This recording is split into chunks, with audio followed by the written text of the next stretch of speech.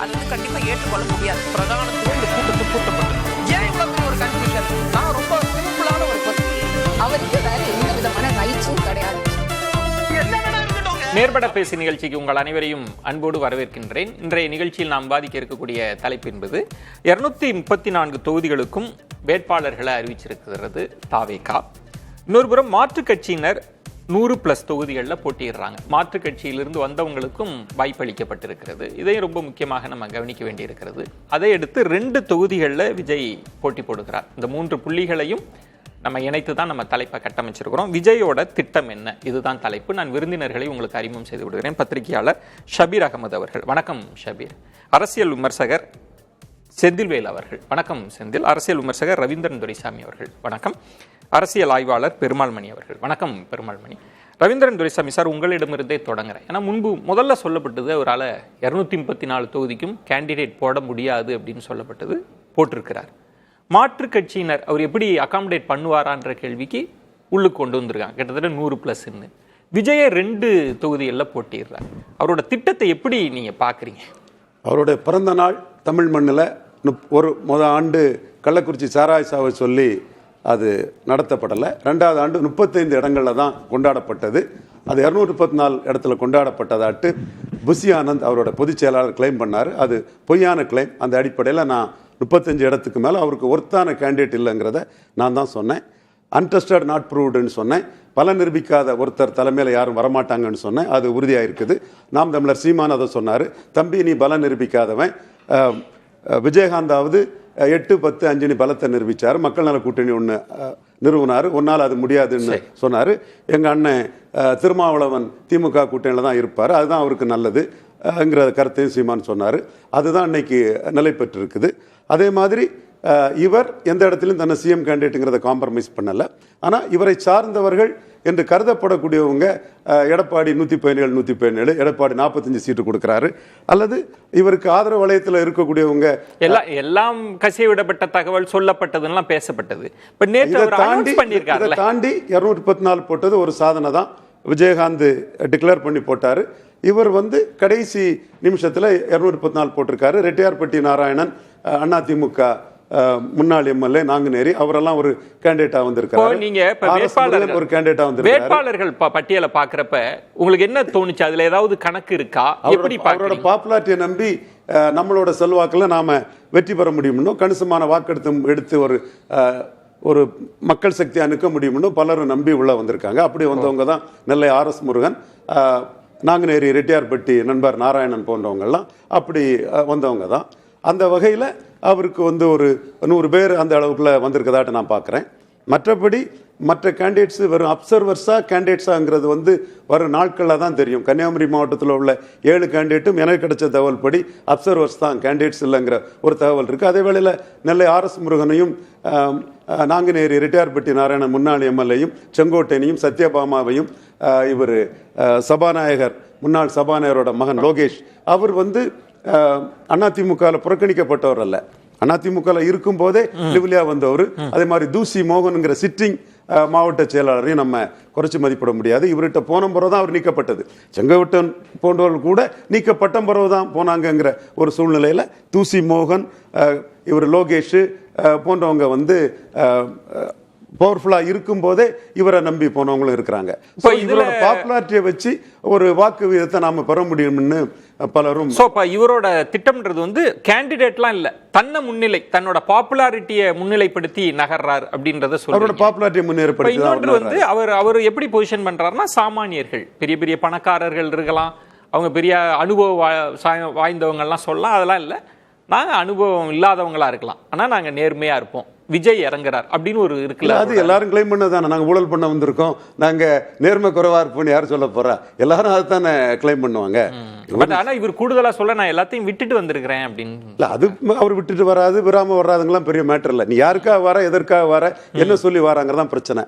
அந்த இடத்துக்குள்ள சீமானுக்கு அனுகூல சத்துருவா விஜய் வர்றாருங்கிறது தான் என்னோட கணிப்பு. அனுகூல சத்துருவா வர்றாரு. அதனோட அர்த்தம் எப்படி சொல்ல வரீங்க? அதாவது சீமான் தமிழ் மண்ணில் பறையர் தேவேந்திரகுல வேளாளருக்கு கலைஞர் கொடுத்த பிரியாரிட்டி ரிசர்வேஷன்ல பெரிய பாதிப்புங்கிறத சீமான் மட்டும்தான் சொல்றாரு. அது மட்டும் இல்லை, நான் பறையர் தேவேந்திர குல வேளாளர் போன்ற தமிழ் சமூகங்களுக்கு சொல்றத முக்குலத்தோர், வன்னியர், கொங்கு வேளாளர் போன்ற தமிழ் சமூகங்கள் இன்னைக்கு உங்களுக்கு வந்த பாதிப்பு இவர்களுக்கு வந்த பாதிப்பு நாளைக்கு உங்களுக்கு வரலாம், நீங்களும் இதற்கு துணை நின்னுங்கன்னு சொல்லி ஒரு தமிழ் தேசிய அடையாளம்ங்கிற லெவல்ல அவர் வராரு. அவர் தமிழ்ல இருந்து வந்ததுதான் தெலுங்கு, கன்னடம், மலையாளம்னு சொல்றாரு. அந்த இடத்துக்குள்ள விஜய்க்கு எந்த கருத்தும் இல்லை. இதே மாதிரி இலவசங்கள் எதிர்ப்புங்கிறதுல அவர் ப்ரோ பிரிவிசாட்டு விஜய் போயிட்டாரு. சீமான் இதுன்னு ஆன்டி. நீங்க இதை சீமானுக்கு எதிராக தான் அவர் தன்னை திமுகவுக்கு எதிராக களமாடுறார். நீங்க விஜயை சீமானுக்கு எதிராக வச்சு பொசிஷன் பண்ண விஜயோட இஷ்யூஸ் சீமானுக்கு ஒரு பப்ளிசிட்டியை கொடுக்கு, இம்பார்ட்டன்ஸ் கொடுக்குது. இப்ப நான் சீமானை பற்றி பேச முடியாது விஜய் வரலன்னா.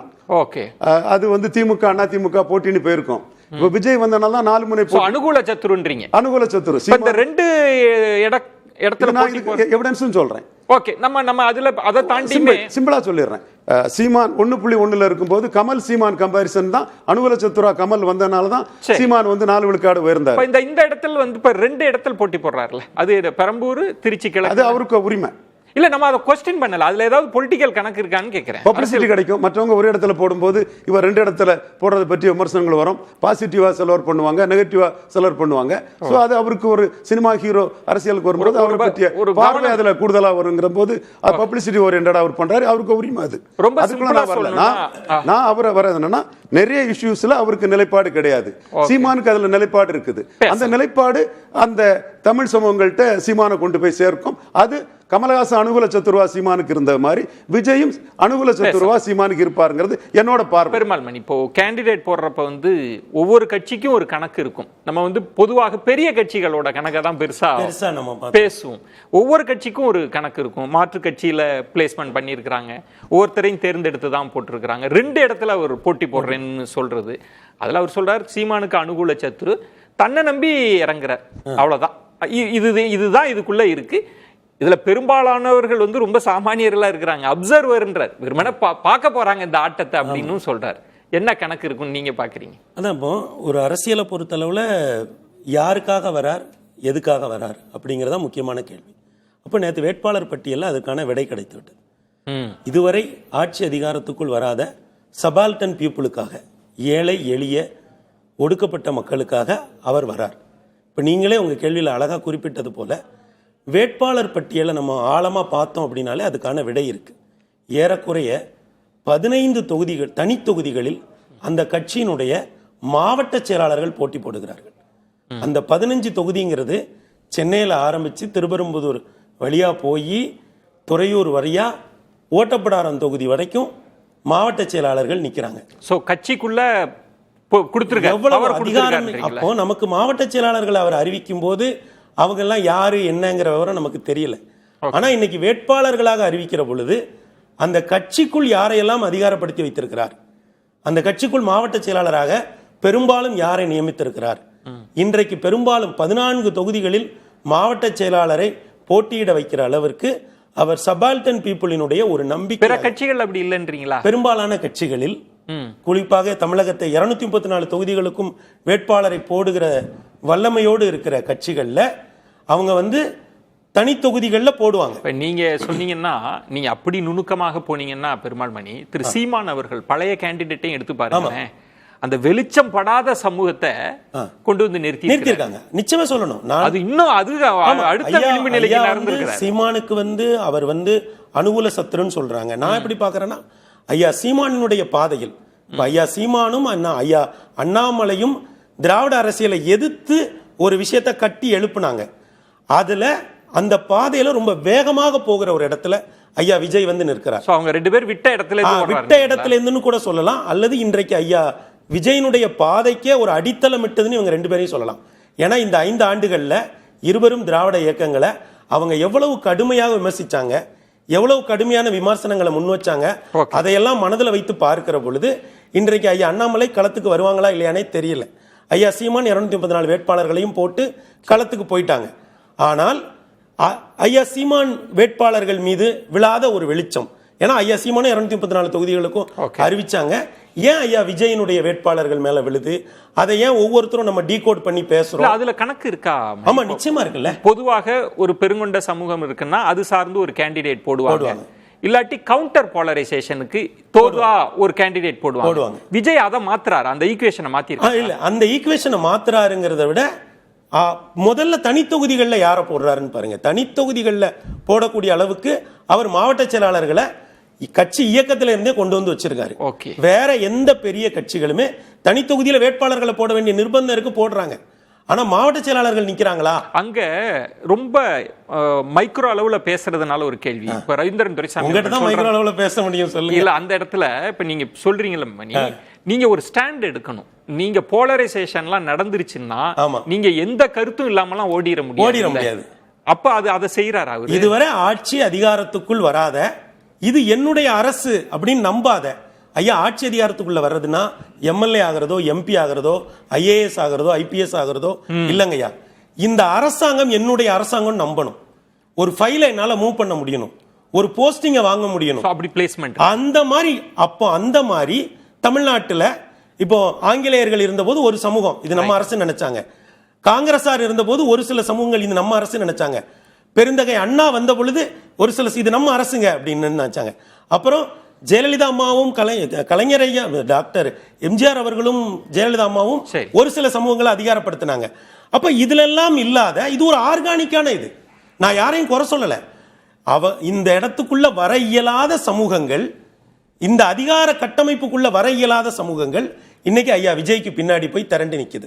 அதனாலதான் சொல்றேன், அங்க இப்ப ரவீந்திரன் துரைசாமி சொன்ன மாதிரி நீங்க அந்த சமூகங்கள் எழணும், வாய்ப்பு கொடுக்கணும், அதுல எல்லாம் மாற்று இல்ல. ஆனா அப்சர்வர்னு சொன்னாங்கல்ல, இப்படி பெரும் அலை இருக்கிறப்ப அந்த கேண்டிடேட்ன்றது விஜயின் செல்வாக்க மட்டும்தானே நம்பி அந்த கேண்டிடேட் அப்படிதான் வர முடியும். ஐயா நீங்க 4 பெரிய கட்சிகள் இருக்கு. இந்தியாவே ஆண்ட காங்கிரஸ், இந்தியாவே ஆண்டு கொண்டு இருக்கிற பாஜக, தமிழகத்தை 31 ஆண்டுகள் ஆண்ட அஇஅதிமுக, தமிழகத்தை 25 ஆண்டுகளுக்கும் மேலாக ஆண்ட தமிழ்நாட்டினுடைய அரசியலையே 75 ஆண்டு காலம் தீர்மானித்த திமுக. அப்போ இவங்களாலெல்லாம் அதிகாரப்படுத்த முடியாத பிற்படுத்தப்பட்ட ஒடுக்கப்பட்ட சிறுபான்மை சமூகங்கள் இன்னைக்கு எங்க போய் நிக்குதுன்னா ஐயா விஜய்க்கு பின்னாடி திரண்டு நிக்குது. அந்த எழுச்சி அதை தான் காட்டுது. ஏன் இன்றைக்கு மாற்று கட்சியிலேந்து கொண்டு வந்ததுக்கு பின்னணியில என்ன கணக்கு இருக்கு? மாற்று கட்சி அந்த ஈர்ப்பை காட்டுது இல்ல. ஒரு அமைச்சராக இருந்தவர், இன்றைக்கு ஒரு மாவட்ட செயலாளராக இருக்கிறவர், முந்தைய தினம் அங்க ராஜினாமா பண்ணிட்டு இங்க இல்ல, அந்த இடம் தான் ரொம்ப கவனமா 2 முறை ரவீந்திரன் துரைசாமி சொன்னார். சேர்றதுக்கு முன்னாடியே நீக்கிட்டாங்க. அதாவது எனக்கு வேண்டான்னு சொன்னவங்கள தான் அவரு அதுக்காக தான் அந்த வார்த்தையை பயன்படுத்தினார். சார் அங்க கிளம்பு வாய்ப்பு மறுக்கப்பட்டவங்க ஒரு பெரிய கட்சி அங்க கிளம்புனாலே இங்க நீக்கிடுவாங்கல்ல சார். அவங்க அவர் என்னவா இருந்தாருன்னு பாருங்க. அங்க அவர் ஒரு மாவட்ட செயலாளர், முன்னாள் அமைச்சர், அந்த ப்ரொஃபைல் இருக்கு இல்லீங்களா, அங்க கிளம்புறாரு சார். அவர் மோதக்கால் பேச அந்த ஈர்ப்பு இருக்குன்றீங்க சார். அந்த ஈர்ப்பு இல்லாம எப்படி சார் சார் ஐயா ஆர்எஸ் முருகன் சேர்த்திருக்காரு. அப்படி பாத்தீங்கன்னா நிறைய கட்சிகள் வரும்லாம் எதிர்பார்த்தார், கூட்டணிக்கு வரும். ஐயா அப்ப நம்ம அந்த கட்சிகள்கிட்ட கேட்கணுங்க ஐயா. ஏன் பல கட்சிகள்கிட்ட நம்ம என்ன தெரியுமா ஒரு அறிவார்ந்த சமூகம் கேட்கணும், இப்படி சபால்டன் பீப்புள் போய் விஜய்க்கு பின்னாடி நிக்கிறாங்களே, ஒடுக்கப்பட்ட பிற்படுத்தப்பட்ட சிறுபான்மை சமூகங்கள் போய் விஜய்க்கு பின்னால நிக்கிறாங்களே, நீங்க ஏன் அந்த கட்சியோட கூட்டணிக்கு போகல அப்படின்னு நம்ம கேட்கணும். ஒரு அறிவார்ந்த சமூகம் அப்படிதான் பேசணும். இதுதான் இந்த 2 தொகுதியும் கணக்கு தான் ஐயா. அவர் என்ன இதுவரை அதிகாரத்துக்குள் வராத ஒடுக்கப்பட்ட பிற்படுத்தப்பட்ட சிறுபான்மை சமூகங்கள் ஐயா விஜய்க்கு பின்னாடி நிக்குது. அவர்களுக்கான அரசியலை அவர் முன்னெடுக்கிறார். இதுக்குள்ள நான் இப்படி புரிஞ்சுக்கிறேன், இதுக்குள்ளேயும் ஒரு சோசியல் இன்ஜினியரிங் இருக்கு. இதுக்கு முன்பு மதுரையில் நினைக்கிறேன் ஒரு பெரிய கூட்டம் கூட்டப்பட்டுச்சு. உங்களுக்கு தெரியும், இந்த திராவிட கட்சிகளால் பலன் அடையாத, வெளிச்சம் கிடைக்காத சமூகங்கள் எல்லாம் நம்ம ஒன்று திரட்டினோம்னா ஒரு பெரிய வெற்றியை பெறலாம்னு சொல்லி அது நடக்கல. ஆனா பெருமாள் மணி சொல்றார் அதுக்குள்ள இப்படி ஒரு ஒர்க் நடந்திருக்கு விஜய் வேட்பாளர்னு. சுருக்கமா சொன்னீங்கன்னா நான் இல்ல, எல்லா காலகட்டத்திலுமே அந்த 100% கம்யூனிட்டிஸ் தான் அரசியலை நிர்ணயிக்கிறாங்க. கன்ஷிராம் அப்படிதான் வந்தாரு. தமிழ்நாட்டின் கன்ஷிராமாட்டு போல்டா அதை சொல்றாரு. ஜாதிவாரி கணக்கெடுப்புன்னு சொன்னா எம்ஜிஆர் பின்னாடி போய் சீமான் ஒளியல்ல. ஃபார்ச்சூன் ஃபேவர்ஸ் தி பிரேவ். எம்ஜிஆர் மலையாளி மேனன், அவர் ஜாதி என்னன்னு தெரிஞ்சிடும் நினைச்சு ஜாதிவாரி கணக்கெடுப்பு நடத்தல. அதனால வண்ணார், நாவிதர், குயவர், முத்தரையர், யாதவர், செங்குந்தர், உடையார், விஸ்வவர்மா போன்ற சமூகங்களின் சமூக நீதி 40 ஆண்டுகளாக இங்க தமிழ் மண்ணில் குழி தூண்டி புதைக்கப்பட்டதுன்னு இந்த சமூக நீதி மறுக்கல பெருமாள் மணி. பெருமாள் மணி நான் சொல்ல வரல. இல்ல நான் சொல்ற இடம் நீங்க சொல்றதுதான். திரு சீமான சொல்றீங்கல்ல, அவரால் அதை வீச்சா கொண்டு போக முடியல. இதே குற்றச்சாட்டு கமலஹாசனுக்கு கேண்டிடேட்டுக்குள்ள வீச்சு சீமானுக்கு கேண்டிடேட் இல்ல.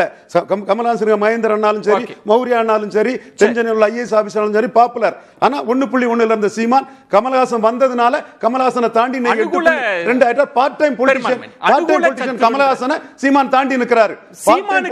கமலஹாசனை தாண்டி நிற்கிறாரு. கமலஹாசன் மாதிரி பாப்புலர் கேண்டிடேட் சீமானுக்கு கிடையாது. அண்ணன் சீமான் முன்னெட்டியர், அவர் முன்னெத்தியர். அந்த இருவரும் கழகங்களுக்கும் இந்த இருவரும் தேசிய கட்சிகளுக்கும் மாற்றாக அவர் ஒரு முன்னெத்தியராக நின்றார்.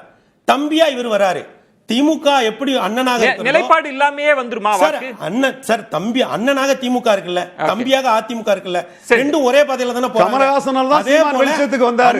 விஜயால தான் சீமான் வெளிச்சத்துக்கு வந்தார். விஜய் சீமானுக்கு அனுகூல சத்துரு. மணி சொல்றது மாதிரி சீமான் என்ன பண்றாரு? மணி பதிவு பண்றாரு. மணி பதிவு பண்றது. மணி பதிவு பண்றாரு. என் தம்பி விஜய் வந்திருக்கான்னு சொல்லி ஆரம்பத்துல சொன்னாங்க.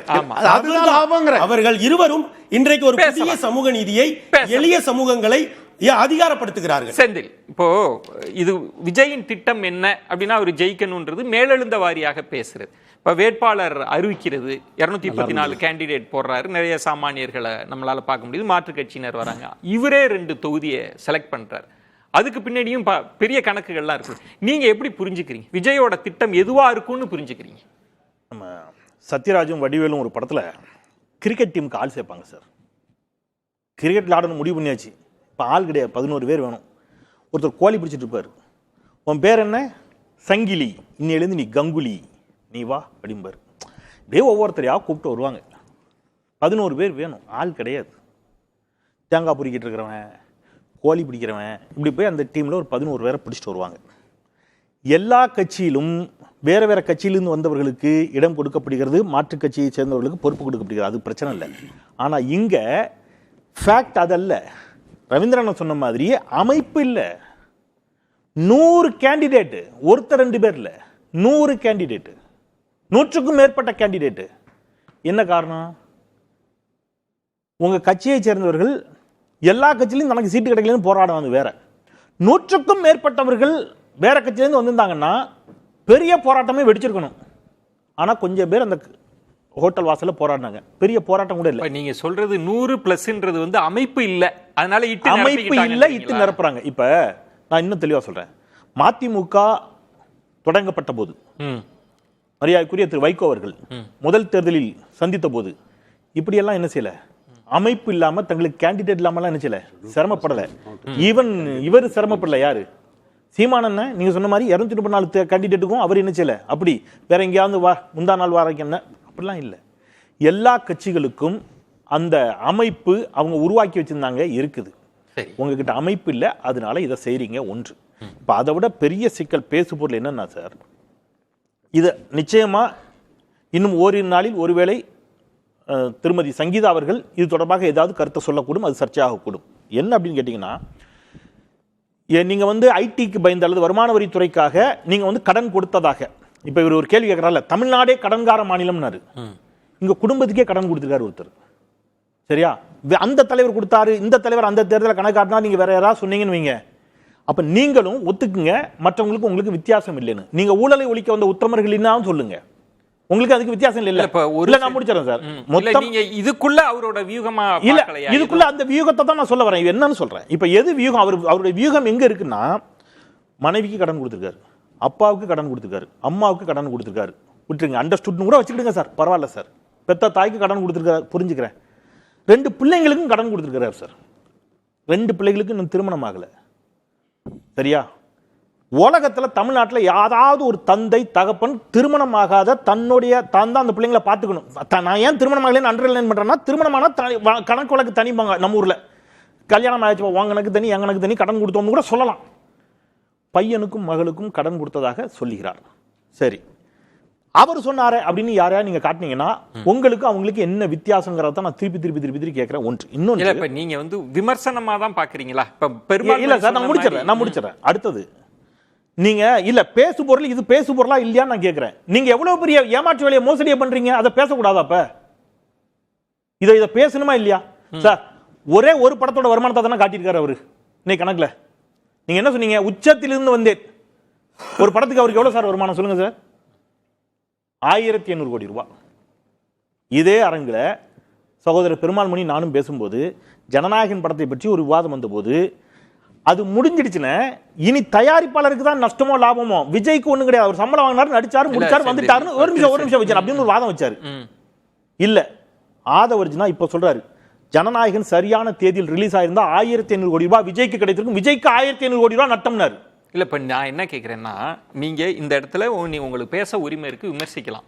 ஆனா அரசியல்வாதிகள் தேர்தல் ஆணையத்திட்ட பிரமாண பத்திரம் எல்லாம் கொடுக்குறாங்கல்ல, அதுல அவங்க கொடுக்கிற சொத்து மதிப்புக்கும் அதுக்கும் அதுதான் சொல்றேன் சார். ரியாலிட்டிக்கு எல்லா கட்சியும் சேர்த்து சொல்றாங்க. விஜய் இல்ல விஜய் நான் திருப்பி சொல்றேன். இல்ல இன்க்ளூடிங் டிஎம்கே, இன்க்ளூடிங் ஏடிஎம்கே, எல்லா லீடர்ஸையும் சேர்த்தே நான் சொல்றேன். அந்த கணக்கும் ரியாலிட்டி ஒண்ணா இல்ல. அப்ப உங்களுக்கு அவங்களுக்கு வித்தியாசம் இல்ல. நீங்க என்ன மாற்றம்னு சொல்றீங்கன்னு நான் கேக்குறேன். அங்கே பிரச்சனை இருக்கு, அங்கே பிரச்சனைங்கிறேன். அப்ப நீங்க அவங்கள விட இன்னும் ஆபத்தால வரீங்கிறேன். திமுக ஏமாத்துனாலும் சார் நீங்க வரீங்க சார். திமுக தலைவர் ஒரு வருமான வரி காட்டுறாரு, வருமானத்தை காட்டுறாரு. அதுல ஷபீர் முரண்படலாம், அல்லது வேற யாரோ முரண்படலாம், அல்லது அதிமுக முரண்படலாம். ரைட்டா விட்டுருங்க. அப்ப அது தப்புன்னு வந்தீங்கன்னா இன்னைக்கு இவர் காட்டியிருக்காருல 200 கோடி ரூபாய் பேங்க்ல இருக்கு, 404 கோடி ரூபாய் சொத்து, 600 கோடி ரூபாய் சார். ஒரு நிமிஷம் சார். அப்ப 3 படத்து கணக்கு தான் வந்திருக்கு. இல்ல இப்ப நீங்க மீதி படத்து கணக்கு எங்க? சொத்து மதிப்புன்ற இடத்துல நீங்க இருக்கிறீங்க. இன்னும் அவர் பொது சமூகத்துல பொது வாழ்க்கைக்கு வரல. இந்த பொது வாழ்க்கை சார் என்னைக்கு கட்சி ஆரம்பிச்சாரோ அன்னைக்கு பொது வாழ்க்கை. என்னைக்கு கட்சி ஆரம்பிச்சாரோ கொஞ்சம் புரிஞ்சுங்க. அவர் அரசு பொறுப்பு வகிக்கல. இல்ல சார் நான் சொல்றேன் செந்தில், நான் சொல்றேன். நீங்க அதுக்கு விமர்சிக்கிறதுக்கு உரிமை உண்டு. நான் கேட்பது இப்ப செந்தில் சொல்றாருல, அந்த வேட்பாளர் மணி சொல்றாருல, வேட்பாளர் தேர்வுல எப்படி கொடுத்திருக்கிறாரு அவர் கட்சியில மாவட்ட செயலாளர். அதை நான் முதல்ல சொல்லிட்டேன். அது ஆள் கிடைக்காம அவர் கிரிக்கெட்டுக்கு ஆள் பிடிச்ச கதை தான். அதை விட்டுருங்க.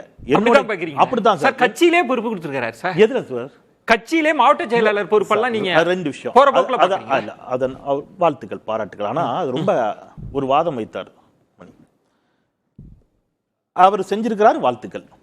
ஆனா அதை தாண்டி இருவரும் திராவிட கட்சிகளையும் சேர்த்தே சொல்றேன், விளிம்பு நிலை மக்களுக்கு, ஒடுக்கப்பட்ட மக்கள் ஒவ்வொருவருடைய வாழ்வாதாரம் மேம்படுவதற்கும் இங்கே போடப்பட்ட திட்டங்கள், அதிகார பகிர்வு, அதிகாரம் யார் யார் கைகளில் கொடுக்கப்பட்டிருக்குன்னா அதை நான் பேசணும்னா அதுக்கே 15-20 நிமிஷம் ஆடு. நீங்க நேரம் தர மாட்டீங்க. தனித்தனி திட்டங்களாக ஒன்று இருந்திருக்கு. சரிங்களா? இது நீங்க சொல்லிக்கிறீங்க, வாழ்த்துக்கள், ரைட். 100க்கும் மேற்பட்ட வேட்பாளர்கள் வேற கட்சியில வந்திருக்காங்க. அமைப்பு இல்லைங்கிறது ஒன்று. நான் திருப்பி கேட்கறது, உங்களுடைய வருமானம் மொத்தமா 600 கோடி ரூபாய் கணக்கு காட்டியிருக்கீங்க. 3 படத்து வருமானம் வந்திருக்குது, மீதி எங்கேங்கிறதா என்னுடைய கேள்வி. லாஸ்டா ஒன்னு சொல்லிடுறேன் சார். தன்னுடைய மகள் 4,60,000 ரூபாய் கடன் வாங்கியிருக்காங்களாம் விஜய்ட்ட. ஷபீர் இவர் மாற்றத்தை பற்றி பேசுவதற்கு உரிமை இல்லைங்கிறத முதல்ல ஒத்துக்குங்க எல்லாரும், அப்புறம் மத்த பேச. ஷபீர் விஜயின் திட்டம் ஸ்ட்ராட்டஜின்றப்ப விமர்சன தாக்குதல் வந்துருச்சு. அவரு பிரமாண பத்திரத்துல என்ன சொல்லி இருக்காரு? நீங்க வேற யாரையா கணக்கு காட்டிங்கன்னா நான் திருப்பி சொல்றேன், இவங்கன்னு போனீங்கன்னா அவங்களுக்கு மாற்றம் இல்லைங்கிறத ஒத்துக்கிட்டு விமர்சனம், அது ஒரு விமர்சனம் வைக்கிறாரு. அதுக்கப்புறம் ரவீந்திரன் துரைசாமி செந்தில் ஒரு இடத்துல என்ன சொல்றாங்கன்னா, அப்சர்வரா இருப்பாங்க அப்படின்னாரு. ஆள் இல்ல, இருக்கிறவங்களை போட்டுதான் ஆகணும். மாற்று கட்சினா அமைப்பு பலம் இல்லை, அதனாலதான் 100+ அப்படின்னு பெரிய வியூகங்கள்லாம் இல்லாம இருக்கிறத வச்சுக்கிட்டு ஏதோ செஞ்சிருக்காங்கன்றது அப்படிதான் புரிஞ்சுக்கணுமா? இல்ல அவங்க அப்படி புரிஞ்சுக்கிறாங்கன்னா நம்ம ஒன்றும் அதுக்கு பதில்லாம் சொல்ல முடியாது. அதை தவிர்த்துறீங்களா? இல்ல, ஏன்னா நான் திரு ரவீந்திரன் துரைசாமி அவர்களுடைய கருத்துக்களை நான் மதிக்கிறேன். ஆனா ஒரு விஷயம் அவர் அடிக்கடி சொல்லுவாரு, untested not proven, untested not proven, seat convention இருக்காது அப்படின்னு சொல்லுவாரு. ஆனால் உங்களுக்கு இபிஎஸ் நீங்க ரொம்ப குறைச்சி மதிப்பிட்டீங்க. ஆனால் இபிஎஸ் ஓரளவுக்கு கண்ட்ரோல்ல கொண்டு வந்துட்டார் இல்லையா? அலையன்ஸ் இந்த சிக்கல் எல்லாம் எதுவுமே இல்லாம நீங்க சீட் கன்வர்ஷன் இல்லாத லீடர் அப்படின்னு பலமுறை பேசி இருக்காரு. அது உண்மைதானே? அதனால ஏதோ ஒரு இடத்துல அவரு போனாங்க. இல்ல சார் சொல்லிட்டு ஏதோ ஒரு இடத்துல சில விஷயங்களை அவர் ஸ்ட்ராட்டஜைஸ் பண்ணி அந்த கட்சிக்கு எப்படி அவர் கட்சியோட இன்ட்ரெஸ்ட் என்ன அப்படின்றத பார்த்து சில நடவடிக்கைகளை அவங்க எடுக்கிறாங்க. அதே மாதிரிதான் ஒவ்வொரு கட்சியை ஆரம்பிச்சிருக்கும் போது அவங்களுக்கு அந்த கட்சிக்கு எது நல்லது எது கெட்டது அப்படின்னு பார்த்துதான் ஒரு விஷயத்த அவங்க பிரசன்ட் பண்ணுவாங்க. இப்ப தாவேகாவுக்கு கேண்டிடேட்டே போட முடியாது, வண்டி எடுத்துட்டு ஊரா போய் ஆள் பிடிச்சிட்டு இருந்தாங்க அப்படின்ற மாதிரிலாம் ரொம்ப மட்டம் தட்டி பேசுறது அப்படின்றது ஏற்புடையதல்ல. ஏன்னா அதே ஒரு அரசியல் விமர்சகராகவோ ஒரு பத்திரிகையாளராகவும் நாம அதை உட்கார்ந்து அப்படி பேச வேண்டிய அவசியம் நம்ம யாரையுமே குறைச்சு மதிப்பிடல. இல்ல குறைச்சு மதிப்பிட்டு பேசினதுனால தான் இன்னைக்கு 234 கேண்டிடேட் போட்டதுக்கு பிறகு இல்ல 234 கேண்டிடேட் போட்டாங்களா, சரி அதுல பாதி பேர் வந்து இங்க இல்ல அந்த இடம் தான் நான் கேக்குறேன். ஒரே ஒரு ஷபீர் நான் அந்த இடத்துல இல்ல ஒரே ஒரு நிமிஷம் நான் முடிச்சிடுறேன். இப்ப இந்த இதுல வந்து நான் விசாரித்த வரைக்கும் தாவேகாவில இருந்து வந்திருக்கக்கூடிய கேண்டிடேட் 65% கேண்டிடேட்ஸ் வந்து விஜய் மக்கள் இயக்கத்தோட விஜயோட நீண்ட காலமாக பயணித்த நபர்களை தான் வந்து கேண்டிடேட்டா போட்டிருக்காங்க. அது மட்டும் இல்லாம உங்களுக்கு வந்து ஒரு 71 மாவட்ட செயலாளர்களுக்கு போட்டியிடுவதற்கான வாய்ப்புகள் என்பது கொடுக்கப்பட்டிருக்கு. ரெண்டாவது அதுல வந்து மைனாரிட்டிஸ்க்கு என்ன ரெப்ரசன்டேஷன் அப்படின்னா முஸ்லிம்களுக்கு ஒரு 15 தொகுதிகள் கொடுத்திருக்காங்க, கிறிஸ்தவர்களுக்கு ஒரு 15 தொகுதிகள் அப்படின்ற மாதிரி வந்து அறிமுகம் இல்லாத முகமா இருக்கா? இல்ல நீங்க அறிமுகம் இல்லை அப்படின்றதெல்லாம் வந்து பாராட்டத்தக்கது. இல்ல நீங்க அறிமுகம் இல்ல அப்படின்னா இவங்க எல்லாருக்குமே அறிமுகம் வந்து விஜய் தான். அந்த வெளிச்சம் அந்த விஜய் வெளிச்சத்துல தான் இவங்க நிக்கிறாங்க. அந்த கட்சியுடைய யூஎஸ்பியே அதுதான். அதே மாதிரி உங்களுக்கு திமுக அதிமுகவுக்கும் அதானே, நீங்க கேண்டிடேட் யார வேணா போடலாம், ஆனால் உங்களுக்கு யாருடைய வெளிச்சத்துல அவங்க நிக்கிறாங்க? முதலமைச்சர் மு க ஸ்டாலின். அது ஒரு காரணியா இருக்கு ஷபீர். இப்ப அங்க இருக்கிறதுனா இப்ப ஏவா வேலு இருக்காங்க அப்படின்னா, துரைமுருகன் இருக்காங்க, KN நேரு அவர்கள் இருக்காங்கன்னா அந்தந்த பகுதிகளில் அவங்க அறியப்பட்ட முகமா இருக்கிறாங்க.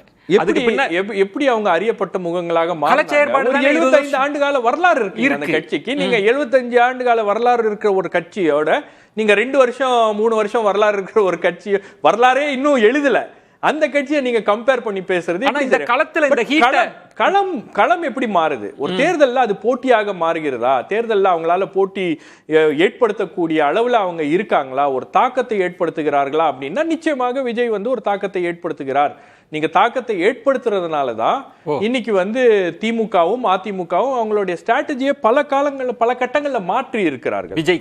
விஜய்க்காக மாற்றி இருக்கிறார்கள் பல விஷயங்கள். இப்ப நீங்க உதாரணத்துக்கு முதலமைச்சர் திரு மு க ஸ்டாலின் அவர்கள் முதல்ல அவரை வந்து பிராண்டிங் பண்ணது வந்து அப்பா அப்படின்னு பிராண்டிங் பண்ணாங்க. எல்லாருமே அப்பா அப்பா அப்படின்னு அவரை வந்து ஒரு உயர்ந்த ஸ்தானத்துல ஒரு பொதுவான ஒரு நபராக ஒரு பிராண்டிங் அவங்க கொண்டு வந்தாங்க. அப்புறம் விஜயுடைய வருகைக்கு அப்புறம் அந்த யங்ஸ்டர்ஸ் ஓட்டை வந்து அவர் எடுக்கணும், யங்ஸ்டர்ஸ்ட ரீச் பண்ணணும் உடனே வைப் வித் ஸ்டாலின் ஜென்சி அப்பீலோட கீழே இறங்கி போக வேண்டியதா இருக்கு. ஒரு ஸ்ட்ராட்டஜி சேஞ்ச் வருது அவங்களுக்குள்ள. நீங்க அதே மாதிரி வந்து இன்னைக்கு திமுகவுடைய பட்டியல்ல பாத்தீங்கன்னா, அதிமுக பட்டியல்ல பாத்தீங்கன்னா யாருக்கெல்லாம் வாய்ப்புகள் ஏற்கனவே கொடுக்கப்பட்டிருக்கிறதோ அவர்களுக்கு தான் மீண்டும் வாய்ப்புகள் அப்படின்றது வழங்கப்பட்டிருக்கிறது. நீங்க வேணா புது முகங்கள் அப்படின்னு அவங்க சொல்றது வந்து அவங்களும் கட்சியில வந்து நிர்வாகிகளாக இருக்கக்கூடிய ஸ்ட்ராங் பிளேயர்ஸ் தான் விஜய ஹேண்டில் பண்ண முடியும். ஏன்னா உங்களுக்கு வந்து ஸ்ட்ராங் பிளேயர்ஸ் இருந்தாங்கன்னா அதுக்கு ஒரு ரீகால் வேல்யூ இருக்கு. ஒரு தொகுதியில அந்த கேண்டிடேட்டுக்கு ஒரு ஃபெமிலியாரிட்டி இருக்கு. இப்போ விஜயோட கேண்டிடேட்லாம் புதிய முகங்கள் அப்படின்னும் போது நீங்க வந்து பழைய ஆட்களை நீங்க கேண்டிடேட்டா போடும் போது அதுக்கு ஒரு மதிப்பு இருக்கிறது, அதுக்கு ஒரு வாக்கை ஈர்க்கக்கூடிய ஒரு தன்மை என்பது இருக்கிறது அப்படின்னு. சோ அதே அடிப்படையில தான் விஜயும் வந்து தன்னுடைய கேண்டிடேட்டுக்கு என்ன ட்ராக் ரெக்கார்ட் இருக்கு, தொகுதியில அவங்க என்ன வேலை பார்த்திருக்காங்க, அவங்களுக்கு ஒரு ஃபெமிலியாரிட்டி இருக்கா, அவங்களுக்கு ஒரு ஐடென்டிட்டி பண்றாங்க, இதுல ஒரு இடம் அப்படின்ற எல்லா விஷயங்களையும் கணித்து தான் அவங்க. இல்ல ஒரு பாயிண்ட் என்னன்னா, விஜய் அவர்கள் பெரம்பூர்ல நிக்க போறார், திருச்சி கிழக்குன்னு ரொம்ப காலத்துக்கு முன்னாடியே பேசப்பட்டது. ஆனா விஜயகாந்த் வந்து சர்ப்ரைஸா தொகுதி போனார். அது யாருமே எதிர்பார்க்காது. எல்லாம் மதுரையை நினைச்சு எல்லாம் சமூக கணக்கு போட்டப்ப போனார்ல. இவருக்குள்ளேயும் இந்த தன்னை நம்புற ஒருத்தர், தன் வெளிச்சத்தை நம்புற ஒருத்தர் ஏன் திரும்பவும் வாக்கு கணக்குக்குள்ள, வாக்கு வங்கி சோசியல் இன்ஜினியரிங்குள்ள ஏன் இவரும் போறாரு உள்ளுக்கு? ஏன் பெரம்பூர், ஏன் திருச்சி? நீங்க வந்து விஜயகாந்த் அவர்கள் போனதும் அதே கணக்குகள் தானே. எல்லா தலைவர்களுக்கும் எல்லா கட்சிகளுக்கும் அந்த கணக்கு இருக்கும். இல்ல இவரு பெரிய வெளிச்சம் உடையவர்ல. இல்ல நீங்க பெரிய வெளிச்சம் விஜய் தானே. இல்ல நீங்க பெரிய வெளிச்சம் உடையவர்கள் அப்படின்றதுக்காக நீங்க ஆந்திரால போய் நில்லுங்கன்னு. இல்ல நீங்க நான் அப்படி சொல்ல. நீங்க அப்படி இல்ல, அவங்க தமிழ்நாட்டோட 234 தொகுதியில எங்க நின்னாலும் உங்களுக்கு வெளிச்சம் இருக்கு. இல்ல சார், நீங்க வெற்றி தோல்விக்கான கால்குலேஷன் ஒரு கட்சி பாக்குமா பாக்காதா? கேண்டிடேட் பாக்குமா பாக்காதா? நீங்க இன்னைக்கு திமுகவுல இருக்கக்கூடிய திரு KN நேரு அவர்கள் ஏன் வந்து சென்னையில போட்டியிடல? திரு EPS அவர்கள் ஏன் சென்னையில போட்டியிடல? அதுல என்னன்னா, அவர் வந்து எடப்பாடி அவரோட வெளிச்சத்தை மத்த கேண்டிடேட்டுக்கு பகிர்ந்து கொடுக்கறதுக்கு தான் வடசென்னையில ஜெயலலிதா போட்டி போட்டாங்க, ஐயா ஸ்டாலின் போட்டி போட்டாரா? வடசென்னையில இருக்கிற தொகுதி ஒரு 10 மாவட்டத்துல ஜெயலலிதா அவர்களுக்கு இல்ல நான் வரேன். வடசென்னையில நிக்கிறது 10 மாவட்டத்துல ஒரு சோசியல் இன்ஜினியரிங் கணக்கே கிடையாது. இல்ல நான் சொல்றேன் அப்படி இருந்தா ஜெயலலிதா அவங்க வடசென்னைக்கு போக கூடாது. இல்லங்க நான் சொல்றேன் தென் சென்னைக்கு தலைவர 2 இடத்துல ஏன் நிக்கிறாங்கன்னா, இப்ப திருச்சி கிழக்கு வந்து தஞ்சாவூர் தொடங்கி மதுரை வரைக்கும் அவர் நிக்கிறதோட முக்கியத்துவம் இருக்குல்ல. இப்போ ஐயா மோடியை நீங்க எடுத்துக்கங்க. இல்ல குஜராத்ல ஏன் திருச்சி கிழக்கு பெருமாள் மணி? ஐயா, திருச்சி மேற்கா இருக்கலாம், இருக்கலாம், டெல்டாவா இருக்கலாம், அது இருக்கலாம் ஐயா. இல்ல ஐயா அது இருக்கலாம். ஏன் திருச்சி கிழக்கு? ஐயா அதுதான் 30,000 முஸ்லிம் இருங்க ஐயா, இருங்க 30,000 ஓட்டு முஸ்லிம் ஐயா, நீங்க ஓட்டு இப்ப அதிகம். நான் என்ன கேக்குறேன், ஐயா, பெருமாள் மணி, நான் விமர்சனமா வைக்கல, புரிஞ்சுக்கிறதுக்காக கேக்குறேன். விஜயினுடைய வெளிச்சம் ஒரு சாமானியர்களுக்கும் அவங்கள கை தூக்கி விடும்னா, ஆமாங்க ஐயா, விஜய் எங்கன்னாலும் அவரை தூக்கி விடணும்ல. ஐயா நாம இப்ப எந்த தொகுதியில அவர் நின்றிருந்தாலும், இப்ப பாளையங்கோட்டையில நின்றிருந்தாலும், கிள்ளியூர்ல நின்றிருந்தாலும், நம்ம எங்க நின்றிருந்தாலும் நம்ம இந்த கேள்வியை கேட்போம். ஏன்னா அவரோட ஆகிருதி எப்படி. இப்போ ஏன் திருச்சி கிழக்கு? ஐயா அதை தான் நான் சொல்றேன். இப்ப பெரம்பூர் மட்டும் இல்லைங்க ஐயா, நீங்க பெரம்பூர் திருச்சி கிழக்கு இல்லாம இப்போ ஒரு கிராமப்புற தொகுதியில போய் நின்றிருந்தாருன்னு வைங்களேன், அப்பவும் நம்ம கேட்போம். கேட்க மாட்டோம். அங்க திரைப்பட இல்லங்க ஐயா, அங்க சோசியல் இன்ஜினியரிங் கேட்க ஐயா மாட்டோம். இல்லங்க ஐயா, அது எப்படின்னு கேளுங்க ஐயா. இங்க பாருங்க, அவர் நான் வெளிப்படையா பேசிடலாம் சார், உடைச்சு பேசலாம். சொல்லுங்க. விஜய் நிக்கிறதுக்கு பின்னாடி சோசியல் இன்ஜினியரிங் கணக்கு இருக்கா இல்லையா, அத சொல்லுங்க ஐயா. அவருடைய ஐயா நான் தவறுனே சொல்ல சார். இல்ல ஷபீர், நீங்க ஒரு இடத்தை மிஸ் பண்றீங்க. ஒரு இடம் இல்ல இல்ல இல்ல ஷபீர், பாயிண்ட் என்னன்னா, இல்ல ஷபீர், நான் உங்கள்ட்ட விளக்கத்துக்காக தான் கேக்குறேன். ஒரு பெருங்கொண்ட தலைவர்கள் வந்து சோசியல் இன்ஜினியரிங் கணக்குக்குள்ள போக மாட்டாங்க. ஏன்னா அவங்க அவங்களோட செல்வாக்க விரும்புவாங்க. ஜெயலலிதா அவர்களை நீங்க சோசியல் இன்ஜினியரிங் கணக்குக்குள்ள அடக்கவே முடியாது. எம்ஜிஆர் அவர்களை அடக்க முடியாது, கலைஞர் அவர்களை அடக்க முடியாது. நான் அதான் ஷபீர் கேக்குறேன். பல காலகட்டங்கள்ல பல தலைவர்கள் சோசியல் இன்ஜினியரிங்கையும் வந்து ஒரு ஸ்ட்ராட்டஜியா, பெருங்கொண்ட தலைவர்கள் அப்படி தான் போட்டியிடுற தொகுதியில இருக்கல சார், அப்படி கணக்கு இல்ல சார். ஸ்ரீரங்கத்துல ஏன் போய் அம்மையார் ஜெயலலிதா நின்னாங்க? நீங்க கணக்கு பாருங்க, ஓட்டு கணக்கு பாருங்க. இல்ல நீங்க ஒரு மெசேஜ் கன்வே பண்றது இல்ல இல்ல. நீங்க உங்களுக்கு 2 தொகுதிகள்ல அவர் ஏன் நிக்கிறாரு?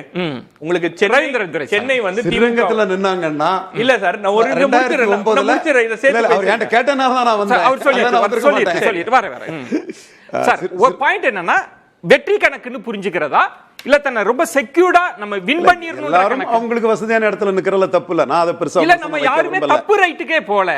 இதுல நம்ம யாரு தப்பு ரைட்னு சொல்றது? நான் கேக்குறது பின்னாடி இருக்கிற கணக்க தான் கேக்குறேன்.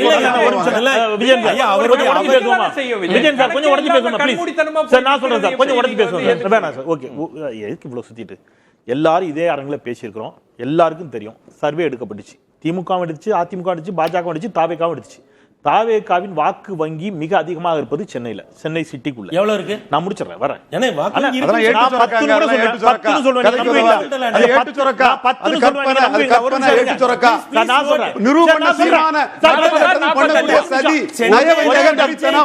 சென்னையில விஜய்க்கு வாக்கு வங்கி அதிகமாக இருக்குன்னு நான் சொன்னேன். செந்தில் ஒத்துக்கொண்டார்.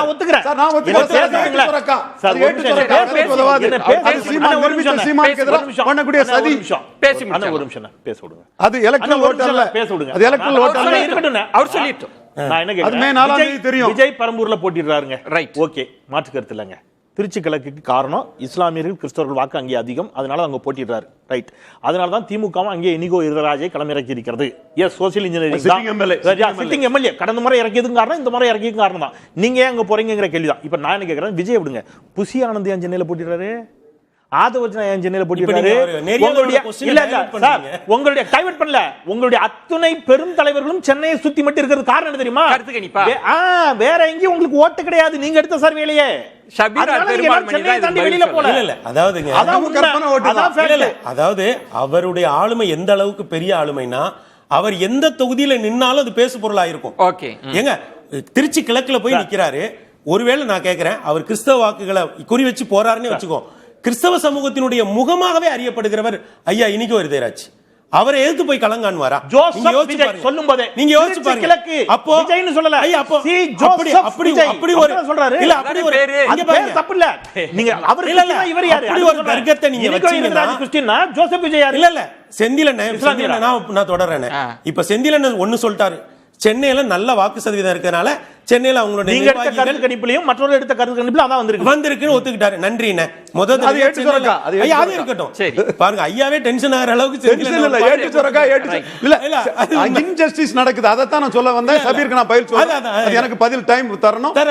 போயிட்டு இருக்கு, நான் அமைதியா இருந்தா டென்ஷன் டிஃபென்ஸ் பண்ண முடியலன்னா கற்பனை ஏட்டு சொரக்காய் டென்ஷன் அது ஏட்டு சொரக்காய் தான், கற்பனை தான், அது ப்ரூஃப் அல்ல. ப்ரூஃப் பண்ணவன மட்டன் தட்டது பண்ண சரி, ஒரு சதியான நான் மறுக்கிறேன். பிரேக் இல்ல, இல்ல, இல்ல இல்ல இல்ல ஒரே ஒரு நிமிஷம். இந்த டிபேட்ல தான் எனக்கு நெருக்கடி என்னன்னா, செந்தில தவிர 3 பேர் எனக்கு நேரம் குறைவா கொடுத்துருக்கீங்க. ஒரு பிரேக் வச்சிட்டு நான் தரேன், கட்டாயம் நான் தரேன். சரி, உங்களுக்கு கற்பனாங்க ஏட்டு சுரக்காங்க. கடந்த சுற்றுல நிறைய பேர் குறுக்கிட்டீங்க சில முக்கியமான கருத்துக்குன்னு. ஷபீர், எந்த இடத்தை மறுக்கணும்னு நினைச்சீங்க? ஒரு தலைவர் ஒரு இடத்துல தேர்தல் நிற்கிறார் அப்படின்னா அதுக்கு பல காரணிகள் இருக்கு. ஒரு சென்டிமெண்ட் வேல்யூ இருக்கும், நமக்கு எது சரியான தொகுதி, எங்க யங்ஸ்டர்ஸ் அதிகமா இருக்காங்க, அந்த பகுதியோட டெமோகிராஃபி என்ன, எங்க வந்து உழைப்பாளி மக்கள் எங்க இருக்காங்க அப்படின்ற மாதிரிலாம் ஒரு கன்சிடரேஷன் இருந்திருக்கு. நீங்க பெரம்பூர் தொகுதி அது கரெக்டான ஒரு தொகுதியாக அவருக்கு இருக்கிறது. நீங்க ஒரே ஒரு இதை வச்சுக்கிட்டு அவர் போய் அங்க நின்னார் அப்படின்னு நம்ம சொல்ல முடியாது. பல்வேறு காரணிகள் இருக்கிறது. ஒரு ஆதரவு தளம் என்பது இருக்கிறது. யங்ஸ்டர்ஸ் மத்தியில அவர் வந்து விஜய்க்கு வந்து அதிகமான ஒரு ஈர்ப்பு இருக்கு அப்படின்னும் போது அதை பயன்படுத்தி கொண்டு அவர் அந்த தொகுதியில் நிற்கணும் அப்படின்னு பார்க்குறாரு. இன்னொரு பக்கம் உங்களுக்கு திருச்சி ஈஸ்ட் அப்படின்றது தமிழ்நாட்டுடைய மையப்பகுதி. நீங்க அங்க நின்னார்னா அதோடைய ரிப்பிள் எஃபெக்ட் உங்களுக்கு மற்ற பகுதிகளுக்கெல்லாம் வந்து இருக்கும். அது நீங்க வந்து ஒரு விஷயம் புரிஞ்சுக்கணும் சார், அந்த கட்சியுடைய பலம் எல்லாமே வந்து விஜய் தான். ரைட். அந்த அந்த அந்த ஃபேக்டரை தான் அவங்க மேக்சிமம் கேஷ் இன் பண்ணும். நீங்க ஒரு தேர்தலில் முதல் முறையாக ஒரு தாக்கத்தை ஏற்படுத்தணும்னா மேக்சிமம் இம்பாக்டை கிரியேட் பண்ணும். சென்னையில் திமுகவுடைய கோட்டையாக இருக்கக்கூடிய சென்னையில் அவர் நிற்கிறாரு, திமுகவை சேலஞ்ச் பண்றோம். சென்னையில் நின்னாருன்னா அது இந்த மாநிலம் முழுவதும் வந்து அதுக்கு ஒரு கவனம் பெறக்கூடிய ஒரு ஃபைட்டா அது மாறுது. நீங்க பெரம்பூர்ல நிக்கிறாரு அப்படின்னா பெரம்பூர்ல மட்டும் அதோடைய தாக்கம் இருக்காது இல்லையா, சென்னை முழுவதும் இருக்கும். அதே போல திருவள்ளூர், காஞ்சிபுரம், செங்கல்பேட் எல்லா பகுதிகளுக்கும் அதனுடைய ஒரு இம்பாக்ட் வந்து கிரியேட் பண்ண முடியும். ஸோ இதுதான் வந்து இதோடைய ஒரு உக்தியாக தான், ஒரு ஸ்ட்ராட்டஜியாக தான் அது இருக்கிறது. அவ்வளவுதான். இது ரொம்ப புரிஞ்சுக்கணும்னா விஜய்ன்ற மையம் தான், அவருடைய செல்வாக்கு தான் 234 தொகுதிக்கு ஒன்று. அதுக்கு தேர்ந்தெடுத்து அவங்க காய்களை நகர்த்துறாங்க, அதுக்கான வேட்பாளர்கள் கருத்து கணிப்பு அவங்கள பேக்கப் பண்ணுது. இதனோட மையம் கிரக்ஸ் என்னன்னா விஜய் அவர்களோட செல்வாக்கு தான். கம்பல்ஷனில் தான் அவரால் கேண்டிடேட் போட முடிஞ்சிருக்கு. பல இடங்களில் கேண்டிடேட் வந்து லாஸ்ட் மினிட்ல போடப்பட்டது தான். அதனால் வந்து அவங்க கேண்டிடேட்டை வந்து ஜெயலலிதா மாதிரியோ சீமான் மாதிரியோ ஃபர்ஸ்ட்லேயே அனௌன்ஸ் பண்ணி அவங்க போக முடியாத காரணம் கேண்டிடேட் ஸ்கேர் சீட் இருந்ததுனால பில் அப் தி பிளான்ஸுங்க பண்ணியிருக்காங்க. பட் அவர் பாப்புலாரிட்டியை நம்பி வந்தவங்க தான் ஆர்எஸ் முருகனும் ரெட்டியார்பட்டி நாராயணங்கன்னு நான் மறுக்க வரல. இந்த இடத்துக்குள்ள நடராஜனாலும் சரி எடப்பாடி பழனிசாமினாலும் சரி அவங்களோட உயரத்தை என்னைக்குமே நான் குறைச்சி மதிப்பிட்டதில்லை. இப்போ என்னன்னா விஜய் அன்டெஸ்டட் நாட் ப்ரூவ்டு தான், இன்னும் களத்துக்குள்ள வரல. இப்போ காகித புலி தான், ஏட்டு சொரக்கா தான், களத்தில் நிற்காதவர் தான். இந்த இடத்துக்குள்ள இல்ல களத்துக்கு வந்தாச்சு, பிரச்சாரமே வந்தாச்சு. களத்துல மே 4ஆம் தேதி தெரியும். மே 4ஆம் தேதி அதுக்காக மே 4ஆம் தேதி என்ன வருதோ அதை நம்ம ஒத்துக்கிட்டு போறோம். பெரியார் சொன்ன மாதிரி கடவுள் இருக்காரா இல்லையான்னு சொல்லும்போது இருக்காருன்னு சொல்லிட்டு போறோம், அது வேற விஷயம். இப்ப விஜய மையமா வச்சு சீமானுக்கு ஒரு அநீதி நடக்குது. அதைத்தான் நான் சபீருக்கு இப்ப சுட்டி காட்டுறேன். 2024 திமுகவும் அதிமுகவும் காங்கிரஸ் பாஜகவின் ஊதுவலைகள் ஒட்டுண்ணிகள் தொங்கு சதைகள்னு சீமான் ஒரு ஸ்டாண்ட் எடுத்தார். புரட்சி தமிழர் எடப்பாடி பழனிசாமியும் காங்கிரசும் பாஜகவும் தமிழ்நாட்டுக்கு எந்த இதுவும் இல்லைன்னு சொன்னார். ஆனா புரட்சி தமிழர் பல்ட்டி அடிச்சிருக்காரா இல்லையா? சபீர் இதை மறுக்க முடியுமா? எடப்பாடி பழனிசாமி தன் நிலைப்பாட்டில் இருந்து மாறி மக்களவைக்கே கூட்டணி போகாதவர்.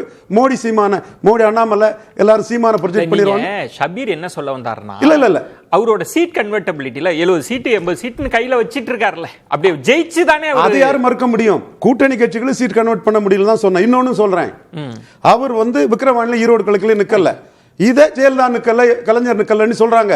இதுலயும் சபீருக்கு அந்த டிஃபரன்ஸ் சொல்றேன். ஜெயலலிதா நிக்கல கலைஞர் நிக்கல, ஜெயலலிதா நிக்காத ஜெயலலிதா கூட கூட்டணி போறதுக்கு ஐயா கேப்டன் விஜயகாந்த் முயற்சி பண்ணாரு.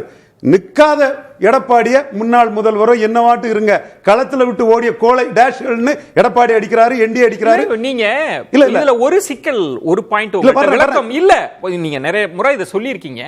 ஏன் சீமானோட ஃபார்முலாவை தான் விஜய் கடைபிடிக்கணுமா? இல்ல நான் விஜய் சொல்லவே வரல.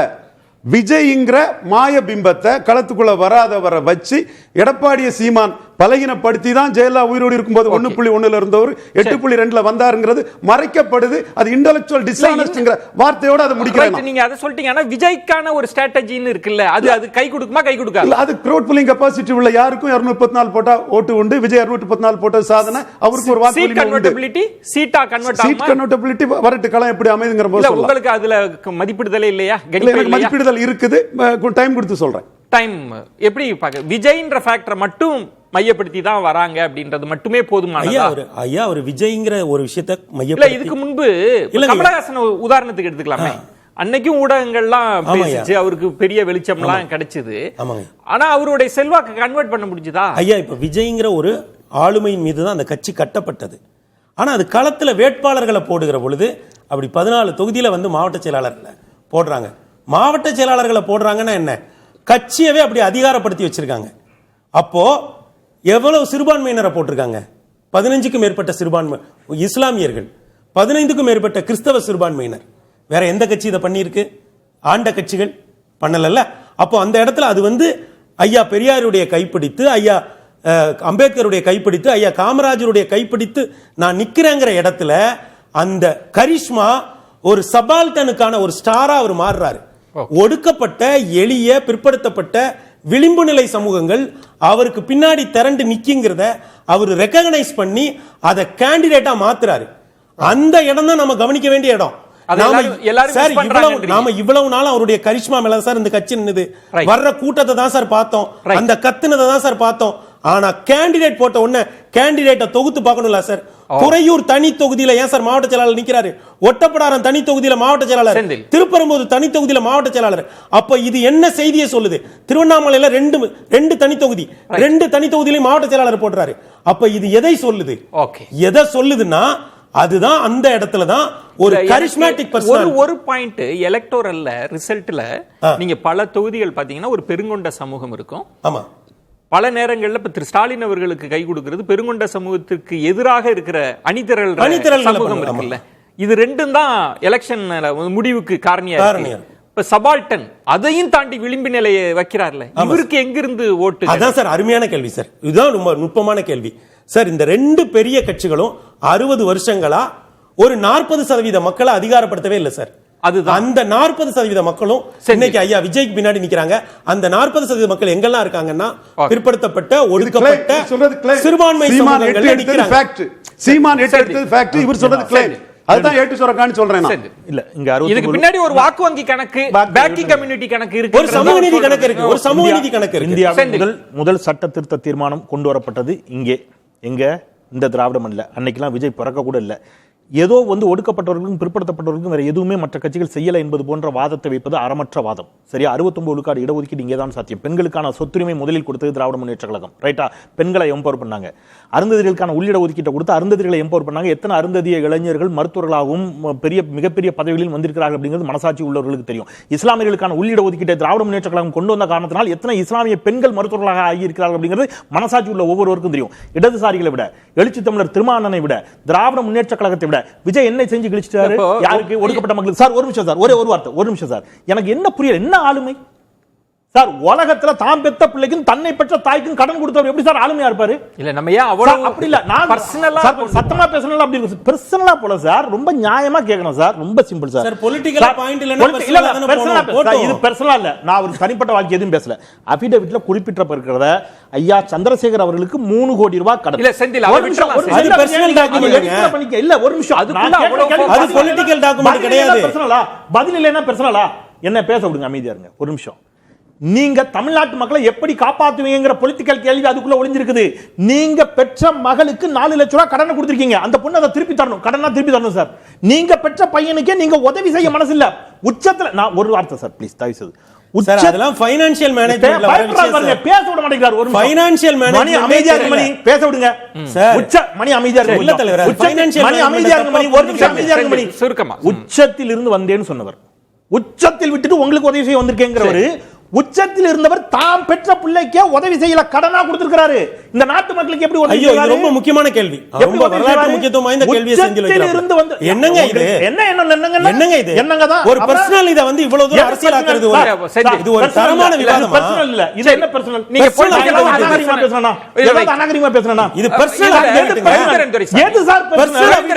பேசலாங்க. இதுல இல்ல இல்ல இது சார் ஒரு நிமிஷம், ஒரே ஒரு நிமிஷம் ப்ளீஸ், ஒரே ஒரு நிமிஷம் சார். இனி எந்த விவாதம் எந்த தலைவருடைய அபிடவிட்ல இவ்வளவு ஏன் சொத்தை காட்டியிருக்காரு, மனைவி பேர்ல இவ்வளவு தான் சொத்தானு எந்த அதெல்லாம் யாரும் விவாதிக்கிறது இல்லங்க. அதெல்லாம் விவாதிக்கிறது இல்லங்க. நடந்துருக்கு. இதுல பர்சனல் மணி பெருமாள் மணி சொன்னது இங்கு அதிகாரமயப்படுத்தாத, இப்ப அதிமுக காலத்துல சில சமூகங்களுக்கு அதிகாரம் திமுகவுல இருந்தது. செந்தில் அவர்கள் ஒட்டுமொத்தமாக இருந்தாலும் நம்ம பார்க்குறோம் பேக்கிங் கம்யூனிட்டி இந்த கணக்குகள்லாம் இருக்குல்ல. இப்போ பெருமாள்மணி சொல்லுது ஒரு 40 விழுக்காட்டு சமூகம் வெளியில இருக்கிறாங்க. அங்க விஜய்ன்ற செல்வாக்கு வந்து அது கன்வெர்ட் ஆகும், சீட்டா மாறும்னு இருக்கு. அது வாய்ப்பு இருக்கா? இதுல தான் இப்போ நான் ஒரு விஷயம் வரேன், போலரைசேஷன் விஷயத்துக்கு வரேன். இவர் சொன்னார், அருந்ததியர் மக்களுக்கு கலைஞர் செய்ததை நானே கலைஞர் இருக்க திசை நோக்கி கும்பிடுறேன், கலைஞருக்கு தெய்வமாக வச்சு அந்த மக்கள் கும்பிடுறாங்க, பெரிய கெயின் அந்த மக்கள், உரிய கெயின் அந்த மக்களுக்கு கிடைச்சிருக்குது. அதை நாம் தமிழர் எதுக்குறாங்க, அது அவங்க உரிமை. என் பறையர் தேவேந்திரகுல வேளாளர் மக்களுக்கு காமராஜ் பஸ்ல பிரியாரிட்டி படி ப்ரொபஷனாக கொடுத்தாரு, கலைஞர் கொடுத்தாரு, 40 வருஷமா கொடுக்கல. அந்த மக்களுக்கு 5 விழுக்காட உயர்த்தி கொடுக்கணும்னு சீமான் கேட்கிறாரு. அதற்கு முக்குலத்தோரும் வன்னியர்களும் தமிழர்னு துணை நிற்கணும்னு அவர் சொல்றாரு. சீமானுக்கு அந்த ஸ்டாண்ட். இதுல விஜய்க்கு நிலைப்பாடு என்ன? நீங்க சீமான் ஜாதி வாரியா இடஒதுக்கீடு கொடுக்க கூடாதுன்னு இருக்காரு. இப்ப தேர்தல் அறிக்கையில அண்ணன் எவ்வளவு நாள் இதை சொல்லுவாங்க? சீமான் இப்ப தேர்தல் அறிக்கை என்ன ஜாதி வாரியா இடஒதுக்கீடு கொடுக்க கூடாதுங்கிறாரு.